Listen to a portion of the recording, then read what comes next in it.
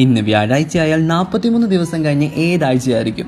ഈ ചോദ്യമൊക്കെ കേൾക്കുമ്പോൾ കിളിപ്പോയെങ്കിലും ഉത്തരം കണ്ടുപിടിക്കാൻ വളരെ എളുപ്പമാണ്. വെള്ളി, വ്യാഴം, ബുധൻ, ഞായർ, ഇതൊക്കെയാണ് നമുക്ക് തന്നെ ഓപ്ഷൻസ്. അപ്പോൾ ഇതെങ്ങനെയാണ് ചെയ്യുന്നതെന്ന് വെച്ചാൽ ഇവിടുത്തെ 43 നമ്മൾ 7 കൊണ്ട് ഡിവൈഡ് ചെയ്യണം. അപ്പം 7 എന്ന് പറഞ്ഞാൽ ഒരാഴ്ച എന്ന് പറഞ്ഞാൽ 7 ദിവസമല്ലേ. അപ്പോൾ ആ 7 കൊണ്ട് എന്ത് ചെയ്യണം? ഡിവൈഡ് ചെയ്യണം.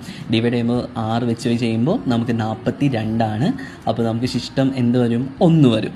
ഈ ശിഷ്ടം 1 നമ്മൾ വ്യാഴാഴ്ചയുടെ കൂടെ ഒരു ദിവസം കൂടെ കൊണ്ടുപോകും. 1 വന്നപ്പോൾ ഒരു ദിവസം കൂടെ കൊണ്ടുപോകും. അപ്പോൾ വ്യാഴത്തിൻ്റെ കൂടെ ഒരു ദിവസം കൂടെ ചാടിയാൽ എന്ത് കിട്ടും? നമുക്ക് വെള്ളിയാഴ്ച എന്ന് ഉത്തരം കിട്ടും. അപ്പം ഉത്തരം എന്തായിരിക്കും? വെള്ളിയാണ് നമ്മുടെ ഉത്തരം. അപ്പോൾ 43 നമ്മൾ 7 കൊണ്ട് ഡിവൈഡ് ചെയ്യണം. അപ്പോൾ 43 അടുത്ത് വേറെ എന്ത് വന്നാലും നമ്മൾ എന്ത് ചെയ്യണം? 7 കൊണ്ട് ഡിവൈഡ് ചെയ്യുക, ശിഷ്ടത്തെ കൂട്ടിയാൽ മതി. അപ്പം വെള്ളിയാണ് നമുക്ക് ഉത്തരം കിട്ടി. ഇങ്ങനെയുള്ള ചോദ്യം വരുമ്പോൾ മൊണ്ണയായിട്ടിരിക്കാതെ ആലോചിച്ച് ഉത്തരം എഴുതണം. എനിക്ക് PSC കിട്ടുമോ, ലിസ്റ്റിൽ പേര് വരുമോ, പ്രശ്നങ്ങൾ മാറുമോ, കല്യാണം നടക്കുമോ എന്നൊന്നും വിചാരിച്ചിരിക്കാതെ ഫോളോ ചെയ്ത് നമ്മുടെ കൂടെ കൂടിക്കോ. അപ്പോൾ ഇങ്ങനെയുള്ള കാര്യങ്ങളൊക്കെ നമുക്കിനി ചെയ്യാം.